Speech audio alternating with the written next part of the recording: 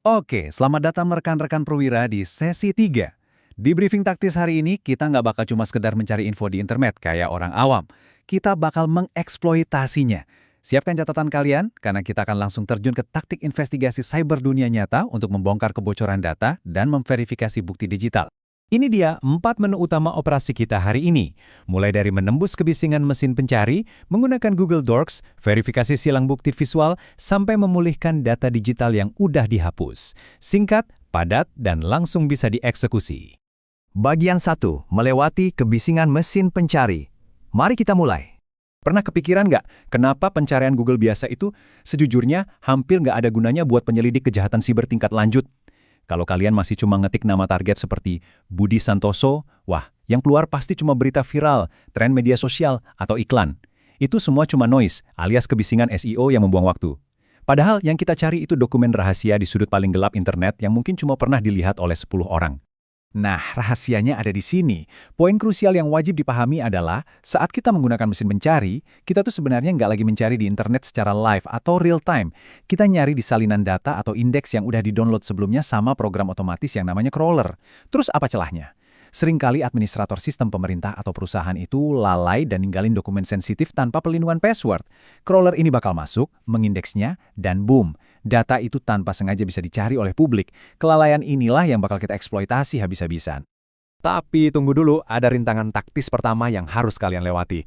Bubble filter. Mesin pencari itu sangat membatasi hasil pencarian berdasarkan alamat IP kalian. Jadi kalau kalian lagi menyelidiki perusahaan cangkang di Singapura, tapi mencarinya dari komputer di Jakarta, hasil yang disajikan pasti udah dimanipulasi sama algoritma lokal, biar lebih relevan buat orang Indonesia. Solusinya, selalu nyalakan VPN dan arahkan ke negara target untuk menembus filter ini. Ini wajib, supaya kalian dapat intelligence global yang benar-benar objektif dan murni. Lanjut ke bagian 2. Mempersenjatai Google Docs. Sekarang saatnya kita beralih dari pencarian pasif jadi eksploitasi aktif. Kenalan dengan senjata andalan kita, Google Dorking. Bayangin pencarian normal itu kayak nembak pakai shotgun, asal menyebar dan nggak akurat. Nah, operator logika Boolean ini adalah sniper kalian, dirancang khusus buat nembus miliaran halaman web demi menelukan satu target spesifik. Kita punya site buat menargetkan domain, file type buat nyari ekstensi dokumen rahasia, in title, dan in text buat membidik kata spesifik di dalam dokumen. Terus gimana cara pakainya di lapangan? Kita merangkai operator-operator ini secara berurutan. Misalnya nih, kalian lagi berburu dokumen keuangan perusahaan fiktif yang bocor. Daripada cuma ngetik nama perusahaannya, kita rangkai query ini secara bertahap. Mulai dari domain targetnya, format filenya PDF, nama pastinya, sampai kata kunci spesifiknya. Ibaratnya kita lagi mengarahkan laser presisi tinggi langsung ke sasarannya. Coba perhatikan baik-baik. Ini nunjukin betapa briliannya taktik tersebut. Cuma dengan menambahkan site.go.id, yaitu infrastruktur pemerintah, kita secara instan membuang semua hasil pencarian sampah dari direktori publik. Dari miliaran halaman yang nggak penting, kita bisa menyaringnya sampai mungkin cuma tersisa 2 atau 3 dokumen rahasia yang tanpa disadari bisa diakses publik. Sangat efisien. Masuk ke bagian 3, verifikasi silang bukti visual. Oke, teks udah. Sekarang kita pivot ke Imagery Intelligence atau IMINT. Gimana kalau kita mau memburu tersangka, tapi kita bahkan nggak tahu namanya sama sekali, cuma modal satu foto. Ingat ya, reverse image search itu bukan sekedar upload foto terus berharap keajaiban datang. Setiap alat itu punya kekuatan super computer vision yang berbeda, dan analis yang andal akan selalu memverifikasi silang di ketiga platform ini. Google Lens emang luar biasa buat ngenalin teks kayak plat nomor atau landmark gedung, tapi untuk target manusia, kita butuh platform lain. Nah, perhatikan pembagian tugas taktis dari kedua platform ini. Yandex itu ibarat senjata rahasia kita. Dia punya pengenalan wajah yang super agresif, cocok banget buat nyari identitas tersangka di media sosial asing.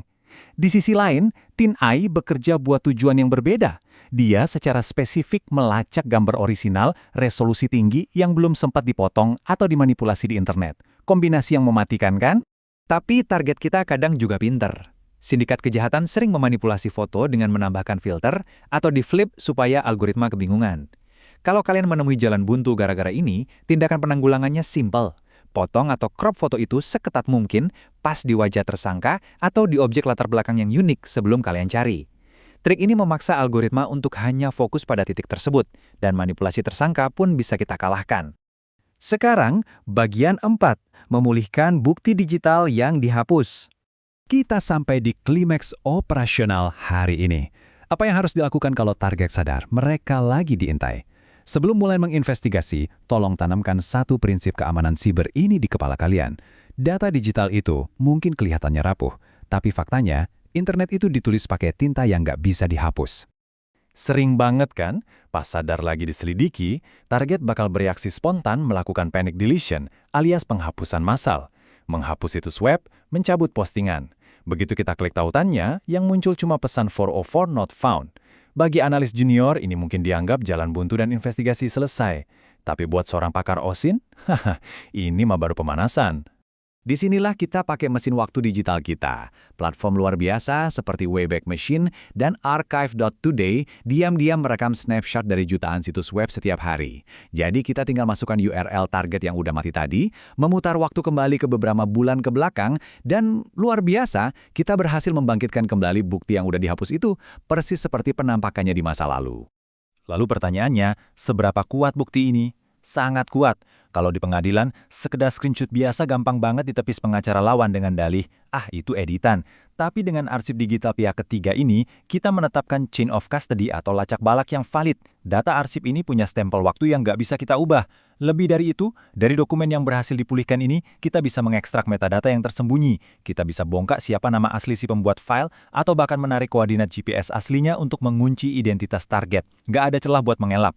Nah, sebelum kalian melangkah keluar dari ruangan ini, untuk mengeksekusi langsung taktik forensik digital ini, mulai dari menembus filter pencarian, merangkai dorks, sampai menggunakan mesin waktu digital, saya tinggalkan kalian dengan satu pertanyaan provokatif.